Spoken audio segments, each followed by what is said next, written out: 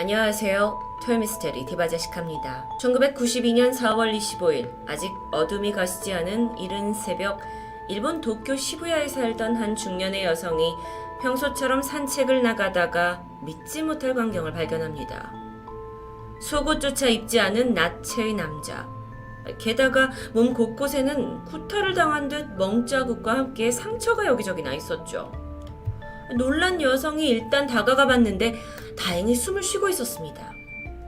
바로 신고를 했고 이 남성은 근처 병원으로 이송이 되는데 신분을 확인한 병원 관계자들이 또 한 번 놀라게 되죠.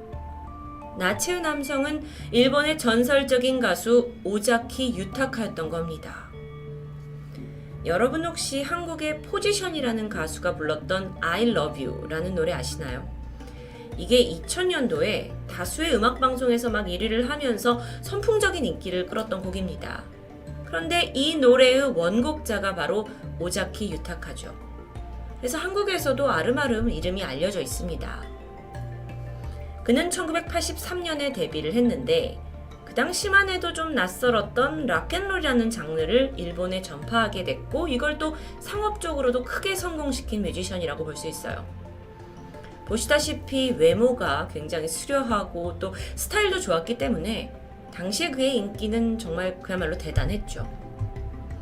그는 도쿄 세타가야구라는 부촌에서 1965년에 태어났는데 성장하면서 줄곧 뛰어난 성적을 보여줬습니다. 그러다 도쿄의 한 명문 고등학교에 입학하기도 했고요. 하지만 흡연과 음주의 문제를 계속 일으켜서 정학을 반복하다가 끝내 자퇴를 하게 되죠. 이때 오자키는 평소에 취미로 즐기던 음악에 본격적으로 매진했다고 합니다. 그러다 83년 17살의 어린 나이에 앨범을 발표하면서 데뷔에 성공하게 되죠. 이 사춘기 학생들이라면 누구라도 공감할 수 있는 굉장히 솔직한 가사, 게다가 뮤지션이 너무도 잘생겼고 심지어 약간 자퇴생이다 라는 어떤 반항적인 이미지가 덮여지면서 첫 앨범은 대히트를 칩니다. 그러면서 일본 내에서 뭔가 10대들의 대변자, 청소년들의 우상 이렇게 불리면서 승승장구하게 되죠. 그렇게 데뷔 5년 차 1988년 2월에 22살의 나이였는데 시게미라는 여성과 결혼을 하게 돼요. 그리고 1년 후에 사랑스러운 아들 히로야까지 얻게 되면서 가수로서의 성공과 가정의 행복까지 두 마리 토끼를 다 잡은 듯 했습니다. 그러던 오자키가 1992년 4월 25일 나체로 쓰러진 채 발견된 겁니다. 사실 그때 막 6집 앨범 녹음을 마친 상태였고요. 또 평소에 굉장히 꿈꾸던 도쿄 무도관에서의 대형 콘서트를 2달 앞둔 시기였어요. 참고로 여기서 무도관이란 건 요즘의 일본 도쿄돔처럼 가수라면 누구나 꿈꾸던 그런 공연이고 무대였죠. 이 사진은 그 당시의 실제 모습인데요. 대형 이벤트를 앞둔 시점에서 몸에 상처를 입고 길에서 발견된 거, 이거는 가족들만 놀랄 일이 아니라 대중들에게도 큰 충격이었습니다. 도대체 어떤 일을 겪은 건지 궁금증이 증폭될 수밖에 없었죠. 자, 병원에 이송된 오자키는 응급치료를 받았습니다. 그런데 이내 퇴원을 해요. 바로 집으로 돌아가게 되는데 불과 몇 시간 후인 오전 10시 상태가 급격히 안 좋아지면서 또다시 병원에 실려갑니다. 그리고 병원에 도착한 지 1시간 만에 숨을 거두고 말았죠. 갑작스러운 오자키 사망 소식에 팬들은 혼란에 빠졌습니다. 그리고 며칠 후에 열린 장례식장에 무려 4만 명의 인파가 몰렸다고 해요. 당시에 일본 정치가들까지 나서서 오자키의 죽음을 애도할 정도로 그 당시에 사회적으로 엄청난 파장을 불러일으켰죠. 자, 그렇다면 도대체 사망 원인이 뭐였을까요? 병원이 발표한 공식적인 사인은 폐수종입니다. 폐에 이제 많은 점액이 축적되면서 호흡 곤란을 일으켰다라는 건데, 그런데 이것만으로 석연치 않은 부분들을 다 풀어내기가 좀 힘들어 보이는데요. 우선 오자키가 처음 발견된 시점에 나체 상태였고 몸 곳곳에 폭행 흔적이 보였습니다. 그렇다 보니 일부 언론과 팬들은 오자키의 죽음을 추적해야 된다라는 주제로 아주 떠들썩해졌죠. 그래서 알아보니까 오자키는 실제로 사망하기 전까지 주위 사람들과 상당한 마찰을 겪었던 게 밝혀집니다. 먼저 가장 유력한 용의자로 지목된 사람은 전 소속사 마더 엔터프라이즈의 대표 후쿠다였습니다. 그리고 그의 회사 관계자들까지였죠. 이들의 갈등은 수년 전으로 거슬러 올라가는데 오자키의 인기가 굉장했어요. 그러자 회사는 그에게 그 특유의 바나나 이미지를 계속 유지해야 한다라고 권유하게 되죠. 근데 오자키는 그런 모습을 좀 버리고 이제는 새로운 이미지 변신을 원했습니다. 그 과정에서 소속사와 의견 충돌이 생겨나게 되는데 뿐만 아니라 이제 소속사가 재정적인 어려움을 처하게 돼요. 그래서 청산해야 될 빚이 있었죠. 그러다 보니 소속 연예인인 오자키에게 과도한 스케줄을 요구했고요. 이런 압박과 스트레스에 시달리던 그가 결국 미국에 잠깐 가서 휴식의 시간을 갖겠다 합니다. 그런데 이때 마약성 약물에 손을 대게 되면서 중독이 시작됐죠. 점점 뭔가 불안정해지는 오자키는 끝내 일본에서 마약 스캔들로 입방아에 올랐고 이후에 자살 미술 사건이 있었을 정도로 아주 위태로워 보였습니다. 이후 오자키는 소속사와의 계약을 끝내고 직접 개인 소속사를 차리게 되는데요.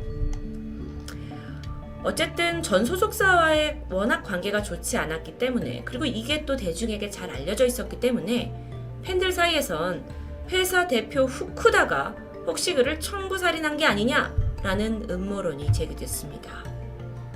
추 조사 결과 전 소속사와 오자키는 법적 분쟁을 통해서 어느 정도 협의를 진행 중이었다, 그러니까 화해 모드였다라는 사실이 밝혀졌고 실제 경찰 수사를 통해서 이 대표와 또 회사 관계자들이 어떤 살해 혐의점이 전혀 발견되지 않았다라는 점도 드러나게 됩니다.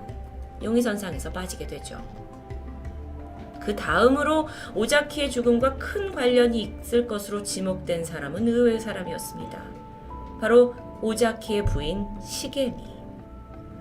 그녀는 남편이 개인 소속사를 차린 이후 성공적으로 컴백을 하는데 누구보다 큰 도움을 준 사람이었어요.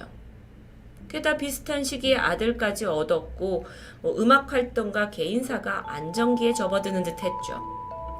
그러다 1991년 오자키는 일본의 인기 여배우 사이토 유키와 불륜 의혹이 불거집니다. 그러면서 대중들이 그전에 몰랐던 가정불화가 세상에 드러나게 되는데 사실 오자키는 이 소속사와의 마찰로 스트레스를 받았습니다.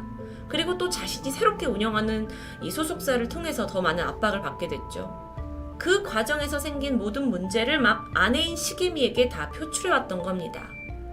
아내는 남편을 이해하려고 했지만 오자키가 끝내 폭력까지 행사하게 되면서 두 사람은 비밀리에 이혼 소송을 진행하고 있던 겁니다. 오자키가 사망했던 그날 최초로 이송된 병원에서 사실 상태가 좋지 않았어요. 그래서 병원에서는 더 큰 병원으로 옮겨라 라고 권유를 했는데 이상하게도 서둘러 퇴원을 했죠. 그때 오자키를 집으로 먼저 데려가겠다라고 주장한 사람은 아내 시게미였습니다. 정황이 이렇다 보니 오자키의 죽음을 조장한 사람이 아내라는 주장일 수밖에 없었죠. 하지만 시게미는 오히려 이런 의혹에 크게 반발했는데요. 먼저 남편의 불륜이 알려진 후에 이 부부 사이가 좋지 않았던 건 사실이다. 하지만 오자키가 내연녀와의 관계를 정리했고 가정에 충실하겠다고 약속했기 때문에 문제가 더 심각해지지 않았다라고 해명합니다. 그리고 결정적으로 병원에서 오자키를 바로 데려온 건 그가 단순히 술에 취해서 숙취에 시달린다고 생각했기 때문이라고 하는데요. 사망 전날 어떤 일이 있었던 걸까요? 오자키는 밤새 친구들과 술자리를 즐겼습니다. 그가 거의 반죽음 상태로 발견됐을 당시에 몸을 가누지 못할 정도의 알코올이 있었고 또 온몸에서 술 냄새가 진동했죠. 그런데 그 술자리엔 아내 시게미도 함께 있었습니다.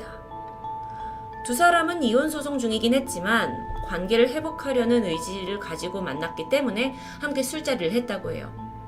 이후에 오자키가 우연히 식당에서 다른 친구들을 마주치게 되는데 아내에게 난 더 한잔하고 갈 테니 너 먼저 가라 라고 했던 겁니다. 그리고 이 모든 상황은 당시의 CCTV와 종업원의 진술로 확인되었습니다. 이후에 아내 시게미가 다시 남편을 만난 건 아침에 병원에서였습니다. 이후에 퇴원을 했고 집에서의 상황은 오자키의 친형인 야스시의 자서전에 자세히 나와 있는데요. 동생이 쓰러졌다는 소식에 급히 매니저와 함께 동생 집으로 향했죠. 그리고 당황해하고 있는 시게미를 도와서 몸을 막 가누지도 못하는 오자키를 눕혔고 술이 깰 수 있도록 차를 가져다 줬다고 합니다. 그런데 그 과정에서 오자키가 마치 뭔가 막 싸우듯이 주먹을 막 허공에 내둘렀다고 했고 이게 조금 이상하게 보이기도 했죠. 심지어 막 가라테 공격 자세를 취하기도 했다고 하는데요. 그런 모습을 보던 아내는 한숨을 쉬면서 매니저한테 다시는 남편이 이렇게 과음을 하지 못하게 좀 도와달라라고 부탁을 했다고 합니다. 자, 여론이 모두 아내 시게미를 의심하는 상황에서 1994년 오자키 죽음에 대한 일본 특집 방송이 준비되고 있었습니다. 그런데 이때 취재진이 이 아내가 죽음에 관련되어 있다라는 의혹점을 제기하게 되는데 그러다 시게미로부터 고소를 당하게 돼요. 결론적으로 시게미는 재판에 승소했죠. 그리고 프로그램은 나가지 못했습니다. 그러면서 아내에 대한 이 의심점도 좀 수그러드는 듯 했어요. 실제로 좀 생각해보면 두 사람이 아들도 있고 관계를 회복하려 했다면 그녀가 살인을 저지를 동기가 전혀 없어 보이기도 합니다. 그런데 여기서 사건의 방향을 완전히 뒤틀 만한 내용이 공개되는데 그게 바로 오자키의 부검 결과였습니다. 체내에서 다량의 각성제 성분이 발견됐어요. 각성제라는 건 신경계를 자극시켜서 흥분을 유도하는 약물이라고 할 수 있죠. 몸이 피곤할 때 먹을 수도 있지만 이걸 과다 복용하게 되면 중독과 이상현상을 동반합니다. 특히나 각성제 중독자들에게 흔히 나타나는 증상은 혼자 넘어지거나 혼자 구르기도 하는 그런 행동이라고 할 수 있겠는데 그렇다면 오자키의 몸에서 여기저기 발견된 이 멍자국들은 구타의 흔적이 아니라 술에 취해서 또 각성제에 취해서 어딘가에 막 넘어지고 부딪혀서 생긴 상처일 수도 있습니다. 실제로 부검 결과 폭행의 흔적은 없다라고 나오게 되죠. 이 사건이 타살이 아니라는 중요한 증거였는데요. 또 다른 것도 있습니다. 그건 바로 오자키의 유서였죠. 아니 뭐 유서가 있었다면 이건 빼박 아니냐 싶지만 이 유서 또한 석연치 않습니다. 유서는 사건 당시에 공개된 게 아니었습니다. 시간이 한참 흘러서 19년이 지난 2011년 오자키의 아들 히로야가 성인이 돼가지고 우리 아버지의 유서였다 라면서 2장의 글을 잡지사에 게재한 겁니다. 자, 이 유서로서 그가 타살이 아닌 자살을 했다는 게 확실시되는 분위기였지만 여전히 의혹은 남아있었어요. 사실 오자키는 사망 전에도 스트레스로 인해서 자살 기도를 여러 차례 한 적이 있습니다. 그렇다 보니 이 2장의 유서가 정확히 언제 작성된 건지는 알 길이 없다는 거죠. 게다가 왜 이걸 19년이 지난 이제 와서 공개를 하는지가 궁금했는데요. 그건 엄마 시게미가 아들이 성인이 돼서 모든 것을 이해할 수 있을 때 밝히고 싶었다라고 설명합니다. 그러면 아들의 입장은 어떨까요? 그는 자신의 아버지가 살해를 당했다고 확신하진 않지만 자살은 아닌 것 같다라는 아주 애매모호한 말을 남겼죠. 사망 전날 오자키를 만나서 술을 마셨던 지인들은 그가 평생의 꿈이었던 공연을 준비하면서 굉장히 들떠 있었다고 합니다. 곧 앨범도 나올 거고요. 그런 사람이 쉽게 목숨을 포기했다는 건 어딘가 앞뒤가 맞지 않았죠. 게다가 사망 직전까지 오자키를 지켜봤던 친형은 그는 뭔가 그 집 안에서 살아남으려고 발버둥 쳤던 것으로 보인다. 뭔가 마지막까지 싸우고 있었다. 라고 말하는데요. 정말 쉽게 답을 낼 수 없는 수많은 의혹을 남긴 오자키 유타카의 죽음. 그가 세상을 떠난 지 이제 30년이 가까운 시간이 지났습니다. 하지만 지금까지도 여러 가지 음모론이 떠돌고 있죠. 몸에 남아있던 그 선명한 상처들은 정말 각성제 부작용으로 그가 넘어져서 스스로 만들어낸 상처였을까요? 아니면 오자키 본인만 알고 있는 어떠한 사건의 흔적일까요? 생전 많은 사람들의 마음을 위로하는 음악을 만들던 오자키는 이렇게 파란만장한 삶을 다소 허무하게 그리고 찜찜하게 마무리했습니다. 그의 음악을 즐기던 팬들은 이 사실에 아직도 마음 아파하고 있죠. 토요미스테리 디바제시카였습니다. 안녕하세요. 토요미스테리 디바제시카입니다. 2017년 2월 1일 올해로 60번째 생일을 맞이하는 중국인 양씨.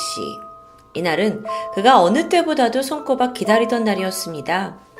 결혼한 외동딸이 아버지 생일을 맞아 오랜만에 집에 방문하기로 되어 있었거든요.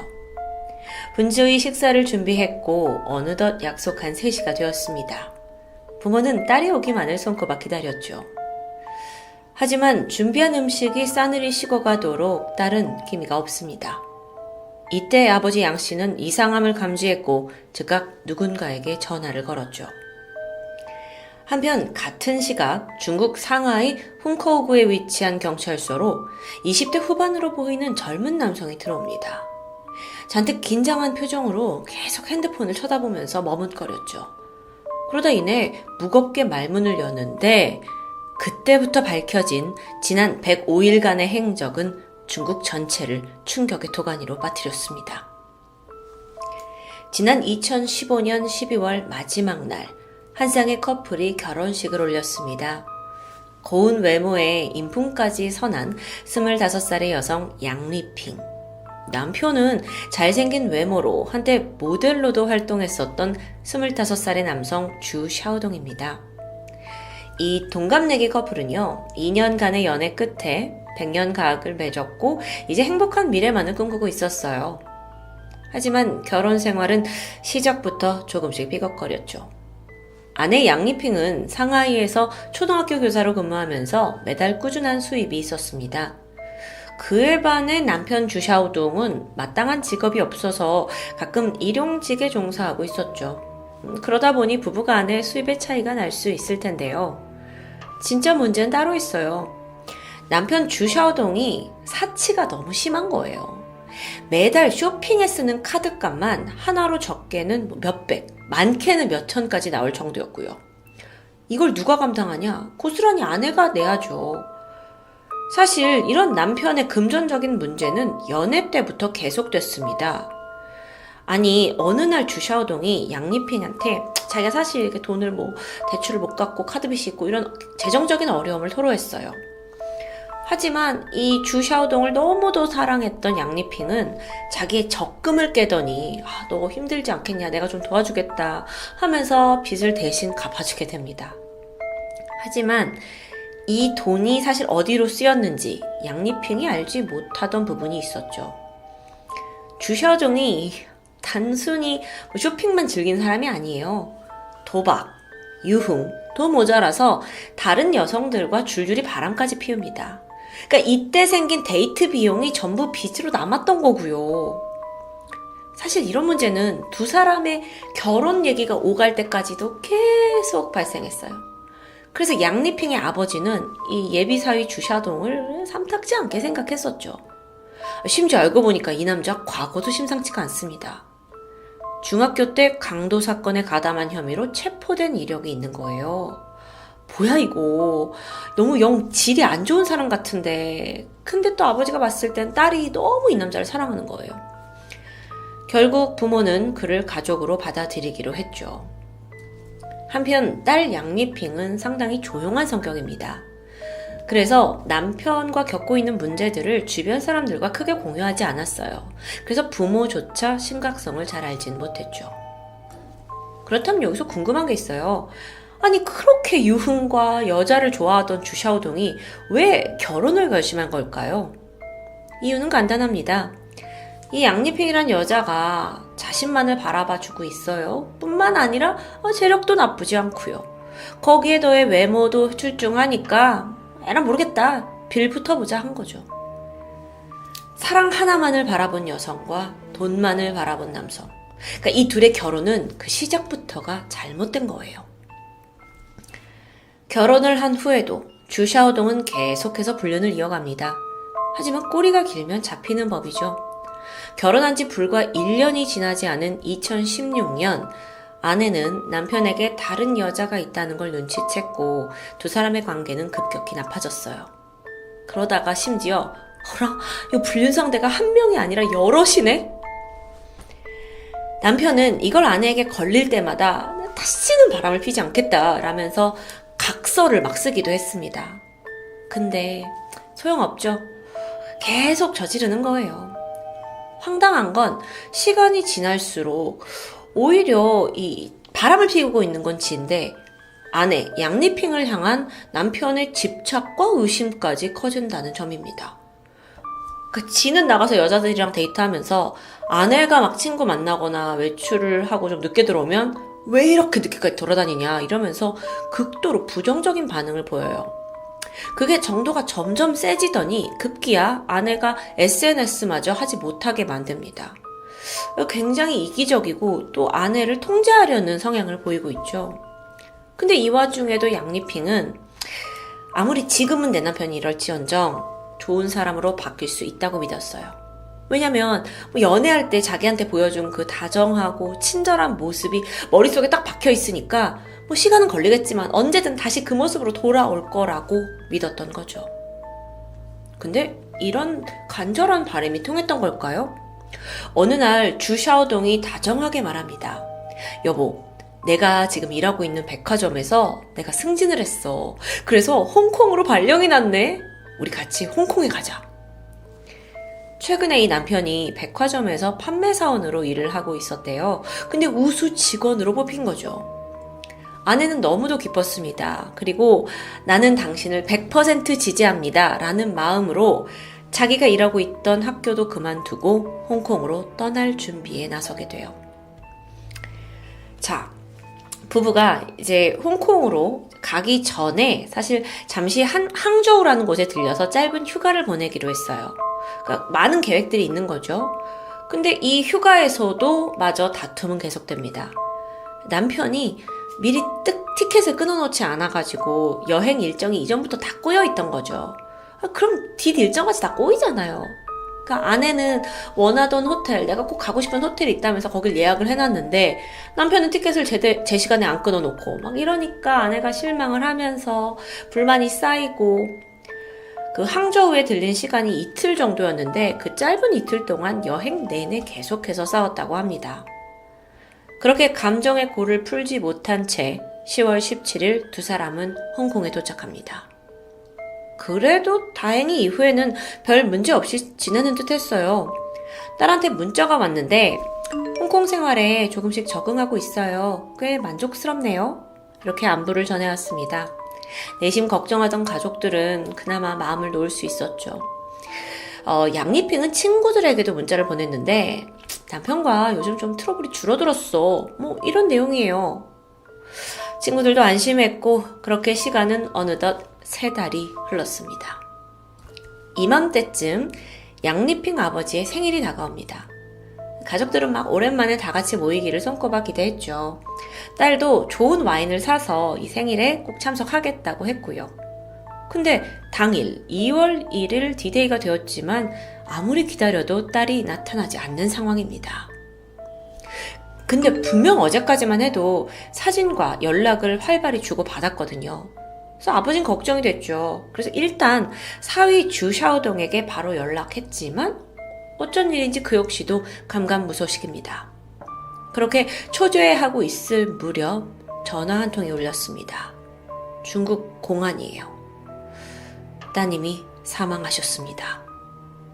네? 근데 어제까지 제 딸하고 연락을 했는데 무슨 소리예요? 어떻게 된 일일까요? 시간은 3달 전인 10월 17일 양리핑과 남편 주샤오동이 홍콩에 도착한 바로 그날로 돌아갑니다. 갈등을 풀지 못하고 여행 내내 싸우고 바로 여기에 온 거죠. 근데 오자마자 또 말싸움이 시작됩니다. 근데 이날은 유독 이 싸움이 끝날 기미가 보이지 않았어요. 주샤오동, 이 남편은 늘 그랬던 것처럼 막 대화를 건성으로 무마해요. 자기가 잘못한 점에 대해서는 막 어떻게든 핑계를 대고 빠져나가려고요. 아내 또한 이번엔 좀 따끔하게 말을 해야겠다면서 쉽게 화를 풀지 못하고 말을 이어갔는데 그 순간 주샤오동이 아이씨 저 잔소리! 참을 수 없는 분노가 치밀었습니다. 그 정도만 하면 될 것이지 왜 여기까지 와서 이래! 하면서 그는 양손을 꽉 쥐더니 아내에게 달려들어요. 그리고 강하게 그녀를 밀쳐버렸죠. 끝이 아닙니다. 넘어진 그녀의 목을 아주 힘껏 조르기 시작했어요. 잠시 후 정말 너무도 갑작스러운 공격에 제대로 저항도 못한 양리핑은 몸에 힘이 풀리더니 스르륵 정신을 잃고 말아요. 그제서야 상황을 파악한 주샤오동이 안대를 막 흔들면서 깨워보려 했지만 그녀는 이미 숨이 끊어진 듯합니다. 그렇게 한순간에 화를 참지 못하고 살인을 저지른 거예요. 그런데요, 이 다음으로 주샤오동이 보인 행동은 좀 놀랍습니다. 쓰러진 아내를 이불로 돌돌 감쌌어요. 그리고 딱 보니까 베란다 한켠에 대형 냉동고가 놓여 있었죠. 그 안에 집어넣은 겁니다. 시신을 냉동 보관한 거죠. 여러분, 지금까지의 일들은, 지금 홍콩 아파트에서 벌어진 일은 남편 주샤오동이 경찰에게 직접 자백한 내용을 토대로 했습니다. 그러니까 그는 홧김에 우발적으로 양리핑을 살해했다는 거죠. 범인들의 단골 멘트죠. 우발적 살인. 근데 이상한 점이 있었어요. 아니, 이 홍콩 새 집에 처음으로 도착한 날이잖아요. 근데 마침 대형 냉동고가 있었네? 한편 아내는 이날 사망을 한 건 맞아요. 근데 이후에 여전히 가족과 친구들한테 연락을 했죠. 그건 짐작하셨겠지만 남편 주샤오동이었습니다. 사실 그는 자수를 했는데 자수하기 전까지 무려 105일이라는 긴 시간 동안 아내를 흉내내면서 생활을 해왔다고 해요. 혹여 의심을 사지 않기 위해서 평소 아내가 자주 사용하는 막 말버릇, 흐잉 이런 거, 그다음에 이모티콘 잘 쓰는 거, 막 이런 걸 흉내내는 아주 치밀한 모습을 보였고요. 아니 근데 그래도 3개월간 이게 가능한가? 전화가 걸려올 수도 있잖아요. 그래서 띠르르르라고 걸려오면 해외여행 중이라서 받을 수 없다는 문자를 보내고 내 핸드폰 스피커가 고장이 나서 전화가 안 돼. 이런 변명으로 계속 둘러댔던 거죠. 뿐만 아니라 주변 이웃의 의심을 사지 않기 위해 뭘 했는 줄 아세요? 그러니까 자기가 완전 완벽한 범죄를 저질렀다고 생각했나 봐요. 철저하게 알리바이를 만드는데요. 마치 아내가 살아있는 것처럼 아내 옷을 입고 얼굴은 잘 안 보이게 변장을 해요. 그리고 개 산책을 다닙니다. 그러니까 주변 사람들이 저 집 와이프가 이렇게 개 산책 다니는구나 라는 알리바이를 만들기 위해서요. 와. 근데 생각해보세요. 분명 이 사람이 우발적인 범행을 했다고 했잖아요. 충동적으로 화가 나서 막 밀치고 죽였다 했는데 그렇다고 보기엔 이후의 행동들이 너무도 계산적입니다. 그래서 경찰도 의심이 갔죠. 그래서 끈질기게 수사한 끝에 또 다른 충격적인 사실이 드러납니다. 일단 애초에 주샤오동은 백화점에서 일을 한 게 아니에요. 이미 잘린 지 오래였어요. 우수사원이 된 적도 홍콩으로 이직 기회를 제안받은 적도 없습니다. 근데 그런데도 홍콩행을 택했잖아요. 사실 그는 그곳으로 떠나기 전에 2권의 책과 대형 냉동고를 주문해뒀는데요. 그 책 한 권은 완전히 다 살인에 관한 내용이었고요. 나머지 한 권은 죽음의 해부학, 심지어 책 내용은 주샤오동의 범행 수법과도 상당히 일치했습니다. 이에 대해 남편은 아내가 평소에 스릴러물을 너무 좋아해서 내가 주문한 거다 이렇게 변명했어요. 설득력은 없죠. 그럼 냉동고는요? 이 역시 아내가 고기를 너무 좋아해가지고 미리 사둔 거래요. 무슨 고기를 너무 좋아해서 새로 들어갈 집에 대형 냉동고를 사놓냐고요. 한편 사망한 아내를 이렇게 얼려서 방치한 이후 주샤오동은요, 아내 카드로 거기서 만나는 새로운 여성들과 데이트를 즐겼습니다. 잘생긴 얼굴 들이밀고 멀끔하게 만나서 즐긴 거죠. 또 집 안에 애는 아내가 시신으로 올려져 있고요. 근데 이 와중에 또 한국으로 여행을 가는 여유까지 부렸어요. 그러다가 양리핑 아버지 생일이 다가왔죠? 무슨 생각인지 제가 생일날 집에 가겠습니다 하고 막 문자를 보내요. 그렇게 105일이라는 시간이 흘렀고 드디어 2월 1일 주샤오동은 가족들로부터 연락을 계속 받습니다. 언제 도착하냐, 남편이랑 같이 오냐, 우리 뭐 먹자. 그러니까 점점 이게 압박감으로 다가왔던 것 같아요. 그러다가 결국 생일 당일날 제 발로 자수를 하게 된 거예요. 2018년 8월 첫 공판이 열렸습니다. 이 재판의 쟁점은 이게 우발적인 거냐 계획한 거냐 이 부분이에요. 주샤오동은 혐의를 부인했고요. 법원은 어떻게 판단했냐면 물론 그가 자수를 하긴 했어요. 하지만 이게 죄책감 때문이 아니다 라고 본 거죠. 그러니까 곧 들통날지도 모른다는 그 압박감 때문에 자수를 한 거다라고 판단을 했고요. 결국 법원은 아내 살인 그리고 사체 은닉 혐의를 인정하고 그에게 법정 최고형인 사형을 구형합니다. 2019년 7월 항소가 실패하고 주샤오동의 사형이 확정됩니다. 그리고 사건으로부터 3년이 지난 2020년 6월 집행명령이 떨어졌죠. 그렇게 잔혹했던 105일간의 범행은 막을 내렸습니다. 근데 아직 끝은 아니에요. 남은 유가족들을 분통 터지게 하는 또 다른 일이 있거든요. 이 범인 주샤오동의 어머니가 한 언론과의 인터뷰를 했는데요. 우리 아들은 아주 예의가 바르고 소심한 성격이에요. 부부끼리 사소한 다툼으로 벌어진 일인데 너무 억울한 판결을 받은 것 같다고요.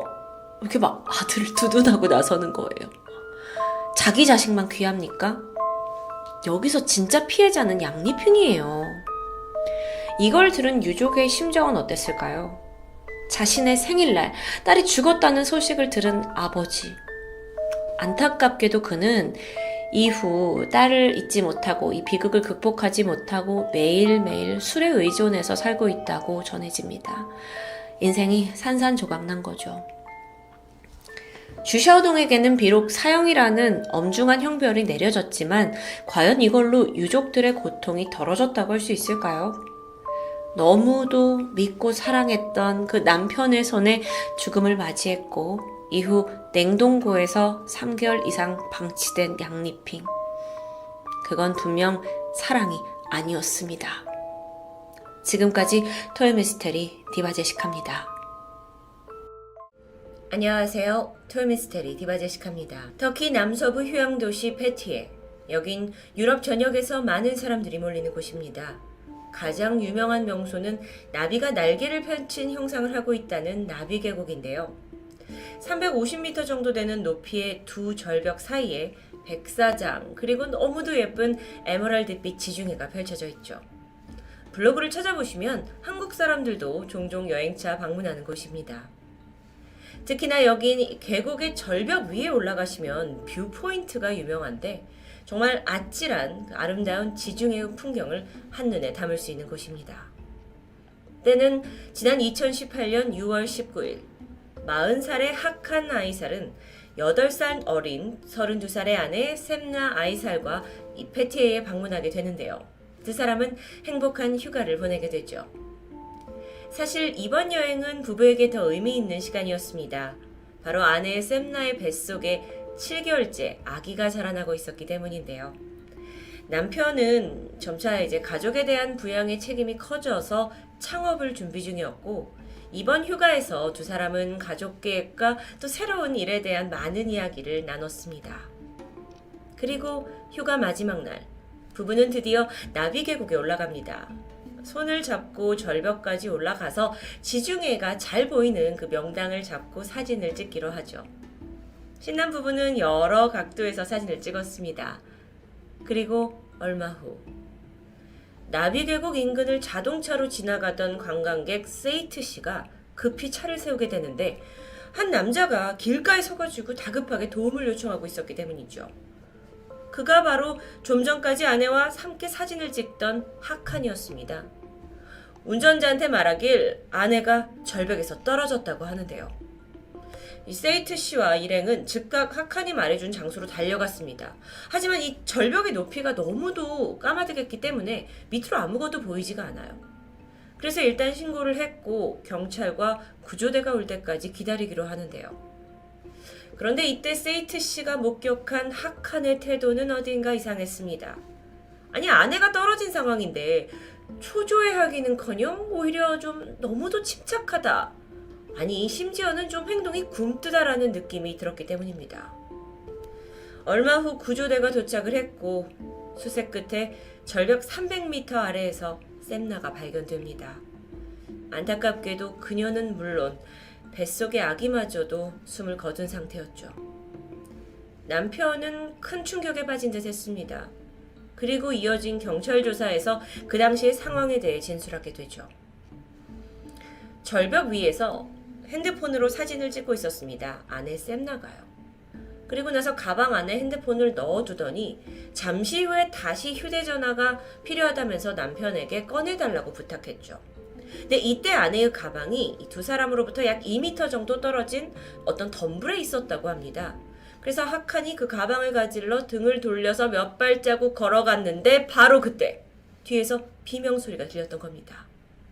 보니까 이미 아내가 아찔한 절벽 아래로 추락한 후였다고 하는데요. 증언에 따르면 아주 가방을 가질러 간 그 아주 짧은 사이에 벌어진 사건이었죠. 그러니까 어떤 사진을 찍으려고 포즈를 잡으려다가 실수로 넘어져서 떨어졌다는 주장인데요. 근데 이 말만 믿기에는 어딘가 석연치 않았습니다.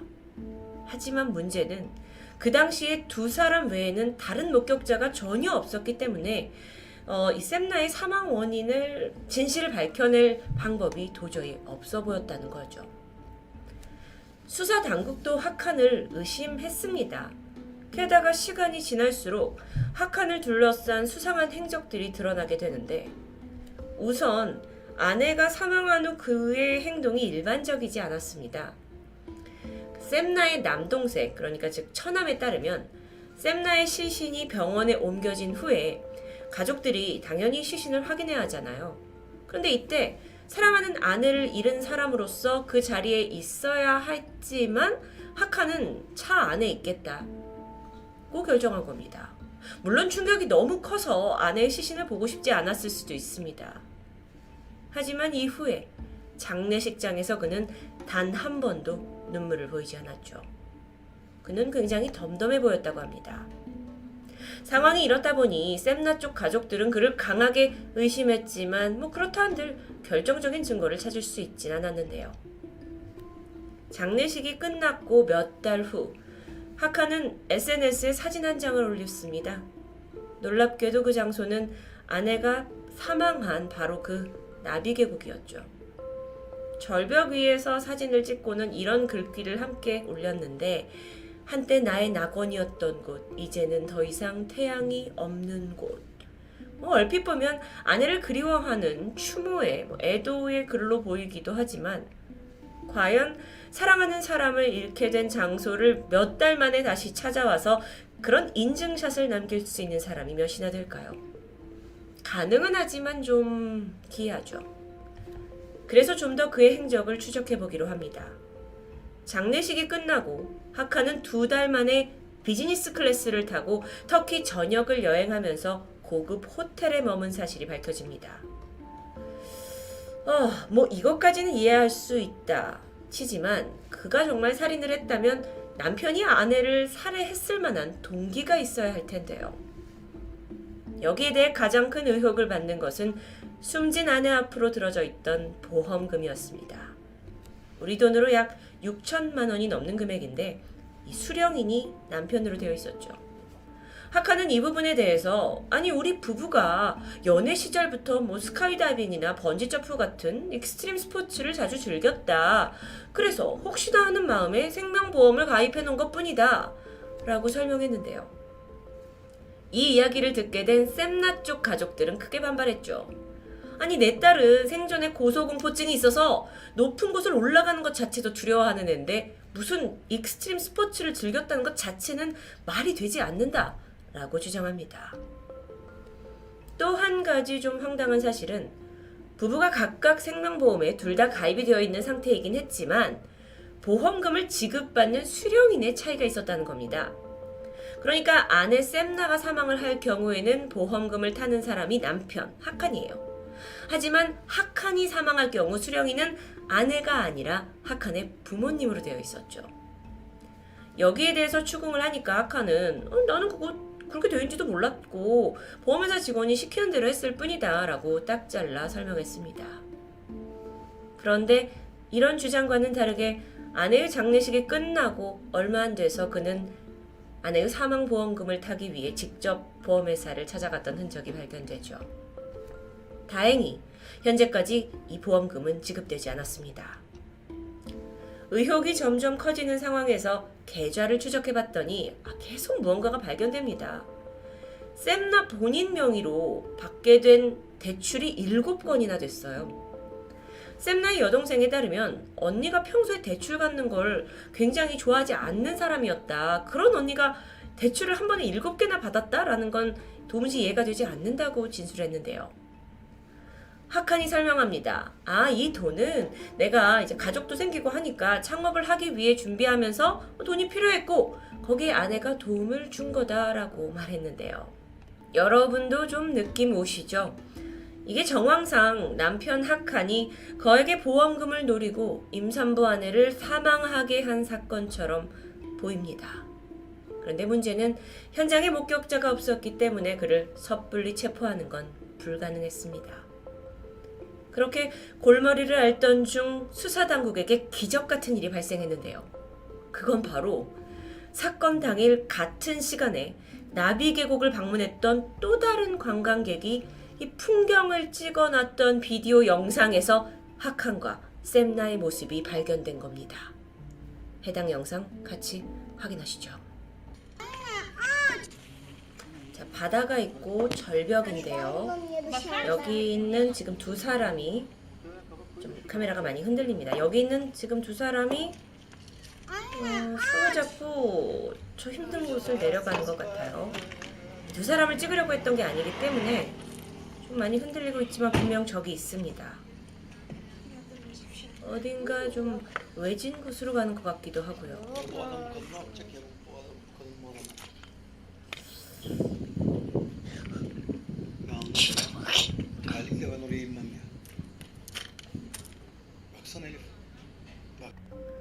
험하고 가파른 계곡 밑으로 굳이 배부른 아내를 끌고 내려가는 아슬아슬한 장면입니다.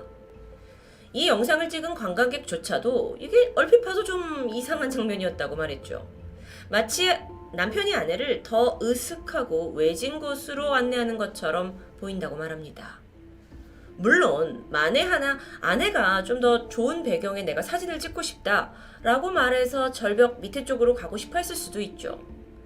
하지만 여러분, 일반적인 남편이라면 임신 7개월의 아내를 이런 위험천만한 곳으로 이끌 수 있었을까요? 기적 같은 영상이 발견되었는데 이걸로 해결은 쉽지 않았습니다. 살인을 입증할 수 없었기 때문인데요. 이걸로 인해 결정적으로 그가 절벽 밑으로 아내를 밀었다고 볼 수는 없겠죠. 그런데 사실 눈길을 낀 다른 게 있었습니다. 바로 영상이 찍힌 시각이에요.